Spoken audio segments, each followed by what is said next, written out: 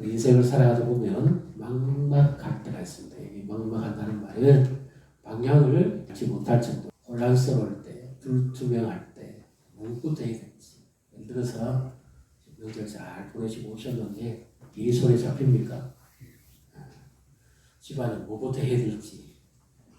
시험치는 우리 학생들은 무슨 공부부터, 어떤 과목부터 해야 될지 막막합니다.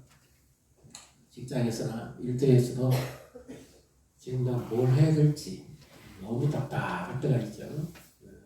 이럴 때 바로 하나님 우리를 어떻게 인도하시는지, 오늘도 우리의 삶을 인도하시고 우리에게 더 풍성한 삶으로 응답하시는 주님을 만나시기를 주님의 이름으로 축복합니다. 우리 앞뒤로 잡아보시고 인사하십시다. 오늘 강하고 담대하여 승리합시다. 오늘 하나님의 말씀에 보면 여호와의 종 모세가 죽은 후에 이렇게 돼 있어요. 여호와의 종 모세, 아주 출애굽에 있어서 하나님 앞에 귀하게 쓰임 받았던 모세가 죽은 이후에 여호와께서 여호수아에게 오셔서 하시는 말씀입니다. 내 백성을 인도해서 내가 그들에게 약속한 땅으로 거느리고 데리고 가라. 이것이 하나님이 여호수아에게 주시는 말씀입니다. 그런데 하나님이 그 말씀을 하시면서 이런 말씀을 하십니다. 오늘 1절부터 9절에 나오는 말씀 중에 가장 많이 나오는 문장이 있습니다. 다른 아니죠? 뭡니까? 네, 세 번씩이나 합니다. 세 번씩이나. 왜 하나님이 강하고 담대하라 이렇게 말씀하십니까? 여기 강하고 담대하란 말의 의미는 너 스스로 강하게 해라 그 말입니다. 그리고 담대하라는 말은 용기를 내라. 좀 더 우리식으로 표현하면 힘을 내라. 여호와의 종 모세가 죽은 이후에 이 백성들이 상당히 당황하고 있습니다. 혼돈을 겪고 있습니다. 우리는 앞으로 어떻게 될 것인지. 그런데 하나님께서 여호수아에게 찾아오셔서 강하고 담대하라 이렇게 말씀합니다. 지금 이스라엘 백성들은 20살 이상 되는 사람은 여호수아와 갈렙 외에는 다 죽었습니다. 지금 광야에서 난 2세들, 쉽게 말해서 요즘 우리로 치면 MZ세대들만 남았어요. 나이 제일 많은 사람 누군가 하면 여호수아입니다. 그런데 하나님이 강하고 담대하라 그렇게 말씀하시는데 한 번 정도 강하고 담대하라 그러면 모세에 비해서는 턱없이 부족한 종이니까 강하고 담대하라, 힘내라, 쫄지 마라 이렇게 위로 차원에서 힘을 얻을 수 있습니다. 교회 안에서도 우리 목장에서나 기관에서나 또 집안에서도 어려움이 생기면 힘내세요. 기도하고 있습니다. 용기를 가지세요. 이러면 힘이 좀 나지요. 그런데 똑같은 말도요. 강하고 담대하라를 연달아 3번 합니다. 좋은 소리도 연달아 3번 하면 조금 마음이 불편해질 수 있어요. 일부 예배 때 학생한테 물었어요. 엄마가 공부해라 한 소리 한 번 하는 거하고 공부해라 3번 하면 이 소리는 어떤 소리로 들어야 되는지, 공부를 잘 해라는 말인지 아니면 공부를 못한다고 지금 핀잔을 주는 건지 어떻게 받아들여집니까? 하나님이 여호수아 자신이 약한 줄 알고 있어요. 그런데 이 10대밖에 안 되는 이 무리를 끌고 가야 되는데 강하고 담대해라, 쫄지 마라, 두려워하지 마라. 그 무리 앞에서 자꾸 이렇게 말씀하시면 안 그래도 여호수아 자신도 약한데 자꾸 강하고 담대하라 그러면 조금 불편합니다. 특히 우리 여호수아가 모세에게 있어 얼마나 부족하면 하나님이 사람이 아니고 하나님이 3번씩이나 자꾸 강하고 담대하라, 강하고 담대하라, 강하고 담대하라, 두려워하지 마라 이 말씀을 굳이 3번씩이나 해야 될 이유가 있을까요? 그래서 우리가 이 말씀을 잘 보셔야 됩니다. 말씀을 감정으로 대하면 안 됩니다. 우리가 말씀을 이성으로 듣고 이성으로 반응해야 됩니다. 말씀을 감정으로 듣고 감정으로 반응해버리면 내가 감정이 좋고 기분이 좋을 때는 아멘 하고 넘어갑니다. 그런데요, 내가 정작 삶이 어렵고 힘들고 생기면 말씀의 능력이 하나도 안 나타나. 감정으로 받았기 때문에. 말씀은 이성으로 받아야 돼요. 그리고 이 강하고 담대하라는 말은 원인과 결과에 의한 하나님의 의도적인 말씀입니다. 지금 누구보다도 이 백성들을 거느리고 가나안 땅으로 가려고 하면 제일 부담스럽고 힘든 존재는 여호수아. 하나님도 사명을 맡겼잖아요. 이 백성을 인도해 가라. 그런데 하나님이 여호수아에게는 뭔가 특별한 걸 주시지 않습니다. 모세에게는 하나님의 지팡이를 주시죠. 이 지팡이를 가지고 가서 애굽 땅에 가서 바로 앞에서 이적과 기적을 행해서 내 백성을 건져내라 그랬잖아요. 애굽의 바로가 제일 두려워하는 게 뭡니까? 모세의 지팡이가 손에 하늘 향해 올라갔다 내려오면 재앙이 임하는 겁니다. 모세의 지팡이만 보면 기겁을 합니다. 지팡이 한번 들고 내려오면 10가지 재앙도 임하세요. 그 다음에 홍해 바다 앞에서 모세의 지팡이 한번 내밀면 바다도 갈라집니다. 큰 종 모세에게는 하나님이 이런 지팡이도 능력의 지팡이도 주셔가지고 출애굽부터 광야까지 그 백성들을 인도하게 하신 거잖아요. 그런데 이제 가나안 땅에 들어가야 됩니다. 가나안 땅은 천국이 아닙니다. 가서 싸워서 정복해야 될 땅. 거기에는 엄청난 여러 부족들이 많지요. 이 여호수아가 왜 두려워합니까? 자기는 이미 민수기 14장에 보면 가데스 바네아에서 모세가 12명의 정탐꾼을 파송할 때 자기 직접 가서 그 가나안 땅을 밟아봤던 사람이잖아요. 여리고성은 하늘만큼 높고 그 다음에 그 당시에 그들은 철기 문화를 가지고 있었습니다. 철기 무기를 가지고 있었어요. 히타이트 족속, 여기 나오죠. 헷 족속이라고 강력한 무기를 가지고 있었습니다. 그리고 그 성은 하늘만큼 닿을 만큼 높고 망류도 잘 준비되어 있고 요새와 같이 준비되어 있는 그런 민족들이었어요. 그 다음에 또 어떤 지역에는 네피림의 후손을 하죠. 우리가 보기에 우리는 그들의 보기에 메뚜기와 같다. 그들은 네피림의 후손이다. 자칭 거인족이란 말이죠. 블레셋의 골리앗처럼 그들의 덩치는 골격은 우리하고 비교 안 된다. 그러니까 여호수아가 이 가나안 땅을 들어가야 되는데 얼마나 두렵고 걱정이 많을까요? 안 그래도 지금 약해져 있는데 하나님마저도 오셔가지고 강하고 담대하라, 강하고 담대하라, 이게 한두 분도 아니고 세 번씩이나 이렇게 말씀하시면 굉장히 마음이 좀 더 곤란스러워집니다. 하나님이 왜 이렇게 이 말씀을 하십니까? 하나님이 사람 차별하시면 됩니까? 모세는 능력의 지팡이도 주고 왜 나는 아무것도 안 줘요? 그렇잖아요. 모세는 이적도 행하고 능력도 행하는데 여호수아에게는 이적도 능력도 없어요. 오늘 우리가 살아가는 이 시대도 마찬가지입니다. 하나님이 우리가 기도 한번 하면 이적이 일어나고 기적이 일어나면 얼마나 좋겠습니까? 하나님이 전혀 그러지 않으실 때 그 무슨 가난족으로 상대로 해야 되는데 오셔서 말씀을 하신다고 될 수가 없지요. 우리 한번 보십시다. 6절, 7절을 같이 읽습니다. 강하고 담대하라. 너는 내가 그들의 조상에게 맹세하여 그들에게 주리라 땅을 이 백성에게 차지하게 하리라. 오직 강하고 극히 담대하여 나의 종 모세가 내게 명령한 그 율법을 다 지켜 행하고 우로나 좌로나 치우치지 말라. 그리하면 어디로 가든지 형통하리니. 우리 인생이 막막합니다. 하나님이 기적을 일으키고 기도만 하면 적값 들어주시고 또 환경이 바뀌고 병이 낫고 기적 같은 일들이 일어나면 얼마나 좋겠습니까? 그런데 이 가나안 땅 우리가 살아가는 현실입니다. 하나님께서 이 여호수아에게 강하고 담대하라는 말씀은 감정적으로 말씀하신 것이 아니고 말씀을 지키기에 강하고 담대하라는 뜻입니다. 네가 만약에 그 말씀을 지켜서 끝까지 붙잡는다면 너는 형통하게 될 것입니다. 믿으십니까? 자, 하나님이 그럼 여호수아에게 차별하셨을까요? 여호수아에게는 뭘 주십니까? 바로 하나님의 말씀을 주십니다. 오늘 하나님이 우리의 삶을 인도해 가시는데 우리에게 말씀을 주십니다. 이 말씀은 감정으로 받으면 안 돼요.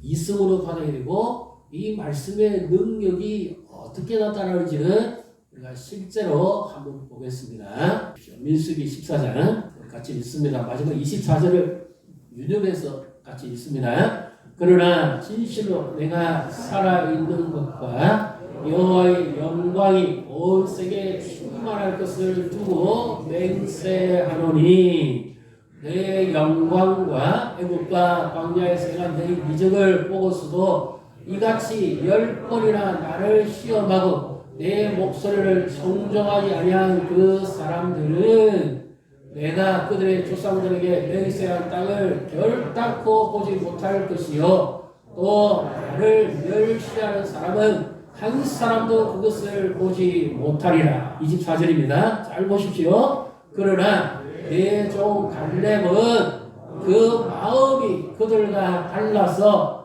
나를 온전히 따랐은즉 그가 갔던 땅으로 내가 그를 인도하여 드리리니 그의 자손이 그 땅을 차지하리라. 아멘. 자, 24절에 잘 보십시오. 내 종 갈렙은 그 마음이 그들은 누구죠? 불평하고 불신하고 원망했던 그들입니다. 그들과 달라서 내 말을 지키기에 강하고 담대했단 말이에요. 그래서 그가 밟았던 12전탈 때 같이 가잖아요. 갈렙도 그 땅을 내가 그와 그 자손에게 줄 것이다. 말씀을 감정으로 받아들이면 기골이 장대하고 성벽이 하늘때같이 높고 그 무서운 쪽 앞에 그냥 기죽어버립니다. 두려움이 나를 집어삼켜버립니다. 하나님의 말씀은 감정적인 반응만으로 그치면 안 됩니다. 신앙이 전혀 안 자라. 예배당 나갈 때 벌써 말씀 다 잊어버립니다. 하나님이 왜 여호수아에게는 능력의 지팡이를 주시지 않고 말씀을 주십니까? 히브리서 4장 12절에 보면 이 말씀이 바로 나를 이기는武器입니다. 하나님의 말씀은 살아있고 활력이 있어서 좌우에 날이 쓴 금과 같이 어떤 금보다도 더 예리하여 사람의 혼과 영과 감절과 골수를 찔러 쪼개며 사람의 마음과 생각 그 배분을 감찰하시는 거예요. 하나님의 말씀 앞에서 지어진 것이 없는 것이 없나니 모든 만물이 그 앞에서 발가벗겨진다. 나를 가장 괴롭히는 존재가 누군지 아세요? 남편입니까? 아내입니까? 자식입니까? 시어머니입니까? 나를 가장 괴롭히는 죄는 바로 나 자신. 나를 이길 자가 없어. 내가 나에게 못 이겨. 두려움에도 못 이기고 환경에도 못 이기고. 나를 이길 수 있는 유일한 무기가 뭐냐? 하나님의 말씀입니다. 믿습니까? 그래서 하나님이 약한 여호수아에게 그냥 감정적으로 너 좀 내봐라. 쫄지 마라. 이렇게 말씀하시는 것이 아니라 너를 이길 수 있는 무기는 바로 너희 백이 말씀이 떠나가지 않게 하고 너를 이길 수 있는 그래서 우리 자신을 이길 수 있는 무기를 하나님이 지금 손에 쥐어주시는 겁니다. 그 다음에 또 이 무기는요 공동체의 분열을 막을 수 있습니다. 이 이스라엘 백성이 아까 우리가 민수기 14장 읽었죠. 10번이나 하나님을 진노케 하고 시험하고 말씀을 순종하지 않았다고 했죠. 그 자라는 그 다음 세대들 가나안 땅에 들어갔을 때 어떤 일이 벌어지겠어요? 그러니까 하나님께서 나도 이기고 너도 이기고 공동체도 이길 수 있는 무기를 주시죠. 예를 들어서 이런 것을 증명하는데 하나님은 어떻게 말씀하죠? 그 백성들이 입을 다물어야 하는 거죠. 입을 열어보십시오. 어떤 반응이 나오겠습니까? 지금까지 한 번도 무너지지 않은 이 난공불락의 요새 이런 것을 우리가 어떻게 무너뜨린다? 이 돈다고 해서 입 넘어지겠어? 온갖 불평불만 소리 다 했을 겁니다. 그러니까 하나님께서 말씀으로 입을 딱 닫아라. 공동체의 분열과 이 붕괴됨을 막을 수 있는 무기가 뭐냐? 말씀입니다. 그래서 능력의 지팡이를 주시지 않고 말씀을 주십니다. 그 다음에 또 있어요. 나도 나를 힘들게 하지만 보이지 않는 적이 있습니다. 사단이죠. 사단이 내 앞길을 막고 있습니다. 이 사단을 싸워서 이길 수 있는 무기는 능력의 지팡이가 아니라 오직 하나님의 말씀입니다. 예수님도 사단에게 시험을 받으실 때 해야 됩니까? 사단이 시험을 걸어왔을 때 능력자잖아요. 예수님 자신이 전능자잖아요. 그런데 예수님 자기 힘을 나타내지 않지요. 오직 어떻게 싸워서 이기십니까? 기록되었으되 하나님의 말씀대로. 그래서 하나님께서 주신 이 말씀은 사람의 마음과 생각을 끄집어내고 그 영혼을 찔러 쪼개고 자신의 삶을 변화시킬 뿐만 아니라 공동체의 붕괴를 막고 하나님이 원하시는 화합하는 길로 나가고 더 나아가서 마지막에는 보이지 않는 사단을 이 말씀의 검으로 싸워서 이긴다. 그래서 능력과 기적, 이적의 지팡이를 하나님이 허락하지 않습니다. 말씀을 지키기에 네가 강하고 담대하며 갈렙처럼 땅을 볼 것이다.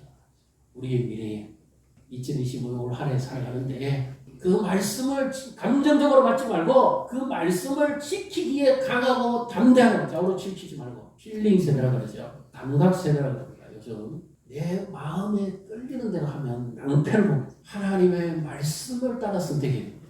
그래서 하나님 우리 손에 쥐어진 무기는 모세의 지팡이, 능력의 지팡이가 아니에요.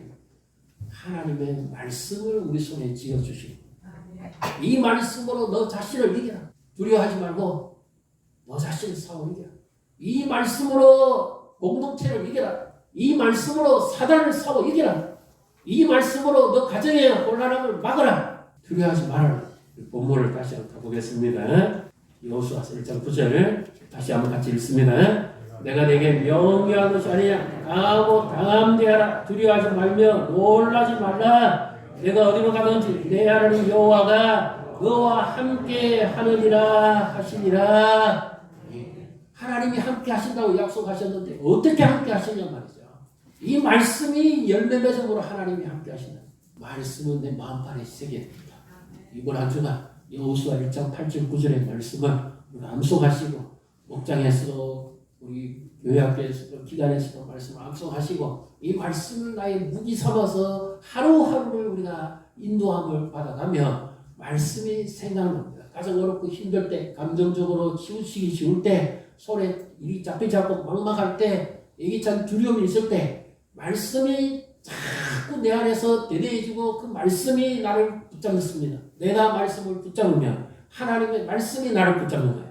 그 말씀이 나를 인도하는 거예요. 이것이 승리하는 비결입니다. 2025년 요한복음 15장 주님 한 해가 열매 맺는 한 해가 되기를 원하는데요. 가을에 성경 엄청 대해야 할 겁니다. 요한복음 15장 나는 포도나무에 너희를 가진 그가 내 안에 내가 저 안에 있으면 많은 열매를 맺을 것이다. 말씀이 계속 내 입에서 나와야지. 묵사이라는 말은 계속 곱씹으라는 말이죠. 말씀이 내내야 그러면 그 말씀이 나를 이끌어갑니다. 시편 1편의 축복도 마찬가지죠. 복 있는 사람은 여호와의 율법을 즐거워하여 주야로 그 율법을 묵상하는 사람입니다. 그 사람에게 어떤 복이 임합니까? 형통하고 잘되는 복이지. 하나님의 말씀을 붙들면 하나님이 나를 붙듭니다. 내가 하나님의 말씀을 놓치면 약해집니다. 우리가 언제 가장 강합니까? 하나님의 말씀을 붙들었을 때가 가장 강합니다. 나를 이길 수 있습니다. 군주 공동체를 이길 수 있습니다. 사단을 싸워서 이길 수가 있습니다. 가정에서 어른들 겪고 계십니까? 막막합니까? 말씀을 붙드십시오. 그 말씀이 나를 한 주간 저도 최근에 그랬습니다. 가장 힘들고 답이 없다고 싶을 때 그 말씀이 계속 되뇌어집니다. 그랬더니 그 말씀이 끝내 저를 붙들었어요. 말씀을 그냥 감정적으로 받지 마십시오. 그냥 잠깐 그렇게 해서는 아무 열매를 내지 못합니다. 하나님은 지금도 말씀하시는 겁니다. 최근에 이웃교회 목사님 장모님이 천국에 가셔서 조문한 적이 있습니다. 가서 국밥도 들고 조문하려고 보니까 원래는 돌아가신 분의 유품 중에 그분이 가장 아껴 쓰시는 성경책이 일반적이죠. 근데 이번에 가서 제가 본 거는 노트가 이만큼 대학 노트가 이런 분량이 수십 건이 한 세 묶음씩 이렇게 있더라고요. 그 중에 하나가 이렇게 펼쳐져 있습니다. 그래서 제가 참 복 있는 분이구나. 이분은 평상시에 하나님의 말씀을 가까이 하신 분이고 하나님의 말씀을 사랑한 분이구나. 그 말씀의 결실을 보고 사신 분이구나. 그 자녀와 자손을 봐도 그렇고 신앙도 그렇고 그래서 자기가 마지막으로 그 자녀들에게 남겨주고 가시는 게 뭡니까? 자신이 직접 일일이 성경을 기록하고 손때 묻었던 그 성경을 보여주시면서 자기의 신앙 메시지를 전하고 하는 거죠. 그걸 본 분마다 다 감탄했습니다. 글씨도 너무 이쁘게 잘 쓰셨고 그분 평생 말씀을 손에 잡고 사신 분이잖아요. 우리 2025년 막막합니다. 어떻게 해야 될지 모릅니다. 말씀을 붙드십시오. 말씀을 되뇌이시고 말씀을 암송하십시오. 그리고 말씀을 묵상하십시오. 계속 그 말씀을 소리내서 궁시렁 한다는 뜻인데요. 그렇게 하십시오. 그러면 말씀이 내 안에 각인이 됩니다. 그 말씀이 나를 이끌어가는 삶을 살 수가 있습니다. 나를 이길 수 있는 유일한 무기입니다. 공동체를 이길 수 있는 유일한 무기, 가정을 어렵게 하는 것을 회복할 수 있는 유일한 무기, 사단을 싸워서 이길 수 있는 무기, 바로 이 무기입니다. 말씀을 지키기에 강하고 담대하십시오. 반드시 승리하게 됩니다. 하나님의 이와 같은 축복이 함께 하시기를 축복합니다.